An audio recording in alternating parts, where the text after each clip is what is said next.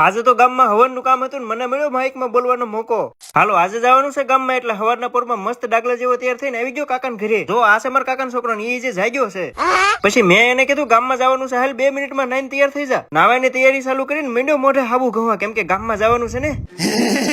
નાઈ ધોઈને તૈયાર થઈ ગયો ને બે થઈ ગયા ગામ બાજુ હાલતા, પણ પાછળથી કે હું ગમે એમ મોઢે હાબુ ઘઉં તો મારું મોઢું સારું જ નથી થતું. પછી મેં એનું મોઢું જોયું ને કીધું આમાં હાબુ ઘઈએ કાંઈ ન થાય, અને આપ્યો મારો સ્પેશિયલ ફેસ વોશ. જે લોકોની સ્કિન ઓઇલી અને સેન્સિટિવ હોય એના માટે આ ફેસ વોશ બેસ્ટ છે. આ ફેસ વોશ નું નામ છે બીકે મને. આની ખાસ વાત તો એ છે કે આ ફેસ પરના ઓઇલ ને બહુ સારી રીતે કંટ્રોલ કરે છે. આટલું જ નહીં, આ પિમ્પલ ને ઓછા કરે છે અને સાબુની જેમ ચહેરાને બગાડતું નથી. આ ફેસ વોશ માં છે સેલિસિલિક એસિડ, ઝિંક અને ક્વાટેરિયમ 73.